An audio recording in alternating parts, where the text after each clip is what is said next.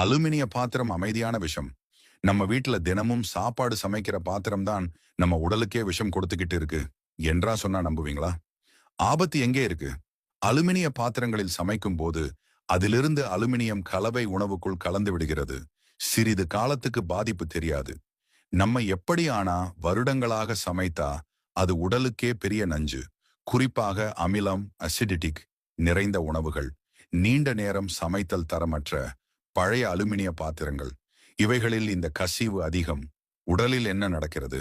Aluminium உடலில் அதிகரிக்கும் போது என்ன நடக்கும் தெரியுமா? எலும்பு நோய்கள், நரம்பு கோளாறுகள், மனநல பிரச்சனைகள், சிறுநீரக செயலிழப்பு, புற்றுநோய், குறிப்பாக மார்பக புற்றுநோய், இவையெல்லாம் மெதுவாக வளர்கிறது. ஆனா விளைவுகள் கடுமையானவை. அலுமினியம் பாத்திரம் மட்டுமில்ல, உணவு மூட பயன்படுத்தும் அலுமினியம் ஃபாயில் கூட கசிவு தருகிறது. அதனாலே பேக்கிங் செய்யும் போது அதையும் கவனமாக இருங்கள். யாருக்கெல்லாம் மிக ஆபத்து?